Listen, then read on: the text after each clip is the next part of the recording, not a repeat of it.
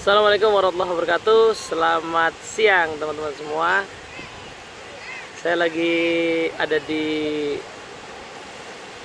daerah Wonosari Gunung Kidul, tepatnya di Pantai Drini.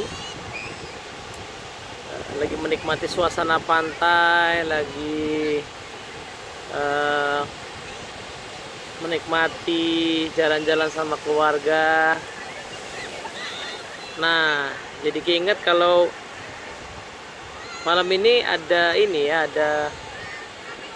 rencana sharing bersama teman-teman di beberapa grup WhatsApp terkait bedah buku Perjalanan Membingkai Makna yang saya tulis bersama Bu Rita Anggorowati. Saya tertarik untuk membahas artikel yang judulnya "Untuk Apa Belajar NLP" di buku itu. Jadi di artikel itu saya tulis bahwa dulu saya tertarik belajar NLP itu waktu pertama-tama awal-awal baca bukunya Anthony Robbins yang berjudul Kuasa Tak Terbatas. Ya, itu terjemahannya ya. Judul aslinya Unlimited Power. Kemudian ada buku lanjutannya Awaken the Giant Within lah ya. Nah, kuasa tak terbatas ini kan menarik ya, judulnya aja cukup bombastis gitu loh. Apa iya kita nih bisa punya kuasa tak terbatas lah sebagai orang beragama yang maha berkuasa itu Allah gitu kan? Jangan-jangan ini ilmu nanti bikin kita jadi tak bertuhan atau merasa menjadi Tuhan gitu. Kalau istilahnya teman kita Mas Andra tuh jadi mempertuhankan diri bukan mempertuan diri gitu ya. Ya paling tidak buku itu telah membuat saya penasaran dengan sebuah ilmu yang dikutip oleh Pak Anthony Robbins di sana, yaitu NLP. Ngomong-ngomong, Anthony Robbins itu dulu adalah orang-orang termasuk golongan awal angkatan-angkatan, ya nggak awal banget lah, tapi ya termasuk generasi awal lah yang mempopulerkan NLP, sehingga bisa dibilang dulu itu dia tuh salah satu orang yang membuat NLP itu dikenal secara mendunia gitu. Cuman bang ada beberapa kondisi waktu sekitar tahun 80-an yang membuat dia akhirnya tidak bisa lagi menggunakan nama NLP dan lebih menggunakan nama-nama lain yang lebih populer gitu ya, karena ada beberapa kondisi lah. Jadi bukunya Unlimited Power tuh isinya masih NLP banget. Nah, basic NLP yang populer ada di situ, meskipun tidak hanya NLP ya, di situ ada cukup banyak. Dia bahas juga tentang kesehatan, tentang yang lain-lain lah. Tapi porsi NLP cukup besar, mungkin sekitar 75-80% lah porsi NLP-nya di situ. Nah, jelas ketika saya sudah belajar NLP ya, mungkin saya sudah bisa menduganya, jadi nggak kecewa juga bahwa ya jelas lah kita nggak punya kuasa yang tak terbatas gitu. Dalam artian kekuasaan untuk mendapatkan apapun yang kita inginkan jelas enggak. Tapi satu hal yang saya cukup belajar lewat pintu yang bernama NLP,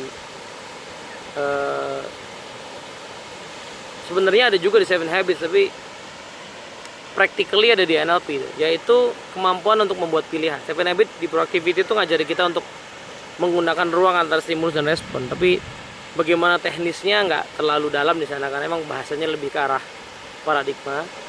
Nah, yang jauh lebih detail adalah NLP, yang betul-betul melatih kita untuk bisa belajar menyadari realnya perilaku kita itu seperti apa, perasaan kita bagaimana cara kerjanya, dampaknya ke perilaku bagaimana, dan betul-betul kita bisa latih sampai terjadi perubahan pikiran, perasaan, dan akhirnya perubahan perilaku. Sehingga pada akhirnya yang membuat kita tidak melakukan sesuatu itu bukan lagi hal-hal di luar diri kita, tapi keputusan kita sendiri. Kalau kita mau, bisa kita melakukan apapun, melakukan ya, bukan dapat hasilnya ya. Kalau dapat hasilnya itu ada pengaturan yang lain di dunia ini gitu. Tapi melakukannya, tindakannya itu ternyata memang kendalinya cukup besar diberikan pada manusia. Meskipun gini ya contohnya, saya pengen lari pagi. Ya mungkin aja sih saya nggak bisa lari, bukan karena saya nggak mau atau nggak tahu, tapi karena memang tiba-tiba tubuh saya diserang sakit gitu. Itu kan di luar diri kita ya. Tapi dalam kondisi yang normal, yang baik-baik saja, sebenarnya kendalinya itu ada di kita, diberikan pada kita lewat pikiran, perasaan. Nah, maka betul-betul kalau kita mau mengubah sebuah perilaku, kendalinya memang sudah kita pegang sejak lama. Nah, inilah mungkin yang disebut sebagai, atau ya saya menerjemahkannya, unlimited power ada di situ. Bukan bicara soal kemungkinan atau kebisaan, kemampuan saya mendapatkan hasilnya, tetapi lebih kepada keterampilan yang bisa saya praktekkan untuk bertindak, melakukan tindakan yang memang saya perlukan untuk mencapai hasil. Nah, kalau ikut esensial, NLP esensial di NLP Society, emang itu porsi yang memakan waktu sekitar 1 harian sendiri ya, membahas bagaimana cara kerja pikiran, perasaan. Ngomong-ngomong, videonya juga ada di channel YouTube saya.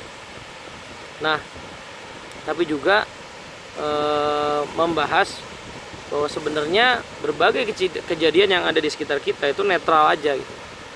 Ini pantai gitu, netral nih. Tapi ada orang yang nggak suka pantai gitu. Kenapa? Karena di pikirannya dia memikirkan, membayangkan, mendengarkan, dan dalam perasaannya dia merasakan hal yang tidak membuatnya enjoy di pantai. Misalnya, aduh basah ntar nih, baju cuma segini-gininya aja bisa, ya kan? Atau aduh air pantai itu bikin gatel, ya kan? Aduh nanti kamar mandi dekat pantai itu kan kurang enak ya. Kalau yang dipikirin bagian itunya, tentu orang tidak akan merasa enjoy di pantai. Tapi kalau yang dipikirin adalah seperti orang-orang di sana yang enjoy main, bahkan ya nggak pakai baju renang atau biasa aja gitu ya, basah-basahan, ya bisa menikmati, karena pasti di pikirannya ada sesuatu yang berbeda. Misalnya, yuk menikmati alam ini indah nih, pantainya bersih banget. Kemudian kapan lagi, jarang-jarang lo kesini, nggak setiap hari kita bisa menikmati pantai begini. Dari kota Jogja ke sini aja paling nggak perlu 1,5 jam perjalanan normal gitu. Nah, pikiran yang dimunculkan beda, perasaannya beda, tindakannya beda. Nah, artinya tindakan itu ada dalam kendali kita karena ada pikiran dan perasaan yang memang juga ada dalam kendali kita. Nah, tinggal apakah kita mau melatih diri, membangun kebiasaan. Ini pun menariknya adalah di bawah kendali kita juga. Betul ada kejadian-kejadian yang menjadi stimulus, musibah misalnya, kadang-kadang bikin orang hijrah tuh, bisa. Tapi banyak juga orang yang ditimpa musibah berkali-kali. Ini saya jadi saksi sendiri. Banyak orang yang sudah ditimpa musibah berkali-kali nggak berubah juga gitu, nggak berubah signifikan juga. Artinya bukan tindakannya itu sendiri, bukan pengaturan itu sendiri, tapi keputusan yang kita ambil untuk memaknai tindakan tadi. Nah, inilah mengapa di buku Perjalanan Membingkai Makna itu kami tidak membahas NLP dari sisi keilmuan NLP-nya, tetapi NLP dari sisi bagaimana dia membantu kita untuk memaknai kehidupan ini dengan lebih menyenangkan, dengan lebih dalam gitu, dengan lebih deep, dengan lebih tidak taken for granted lah. Ketika saya katakan tadi bahwa NLP menjadi pintu untuk saya menyadari bahwa kita punya pilihan terhadap hidup kita, pada saat yang sama dia juga mengajarkan bahwa pikiran kita itu begitu leluasanya untuk dibingkai sehingga menghasilkan makna yang punya variasi yang amat luas terhadap satu kejadian yang sama. Nah, inilah salah satu alasan kenapa alhamdulillah sampai sekarang sudah lahir 4 buku nasihat diri ya. Nasihat diri menyelami hidup dari mana ke mana, nasihat diri untuk para pekerja, nasihat diri untuk insan produktif, nasihat diri untuk para pembelajar. Karena ya berangkat dari belajar NLP, kemudian ternyata bukan hanya teknik nih, setiap teknik ternyata punya filosofi yang sangat mendalam untuk kita renungkan, dan sebenarnya setiap teknik mengajarkan kita sesuatu gitu, tentang bagaimana kita mesti mengambil, memetik makna dari setiap kejadian yang kita alami. Begitu kira-kira pembelajaran pertama kita membedah buku Perjalanan Bingkai Makna. Mudah-mudahan bermanfaat untuk menarik kita bisa baca lebih lanjut. Selamat siang. Assalamualaikum warahmatullahi wabarakatuh.